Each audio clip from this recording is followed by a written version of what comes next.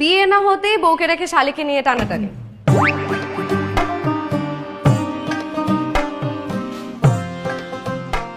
This is too much. আমি তোমাদেরকে কতবার বলেছি তোমাদের দুজনকে আমি ডিফারেন্সিয়েট করতে পারি না। এই ফাইজলামের মানে কি? বারে একটা মাত্র দুলা ভাই, আমি একটু রসিকতা করবো না? না, করবা না। দেখো, তোমাদেরকে আমি অনেকবার বলেছি যে তোমরা স্পেসিফিকলি কিছু জিনিস আলাদা করবা, যেমন হয় কপালে বাচ্চাদের মতো একটা টিপ দিবা অথবা গালে একটা আর্টিফিশিয়াল তিল দিবা, তাহলে তো চিনতে পারবো। দুলা ভাই দেখি সিরিয়াস হয়ে গেছে। আচ্ছা সরি দুলা ভাই। তাহলে সিরিয়াস হবো না? তোমরা দুজন মিলে আমার ক্যারেক্টার হুমকির মুখে ফেলে দিচ্ছ। আচ্ছা হইছে, এখন চলো, অনেক শপিং বাকি। চলো তো।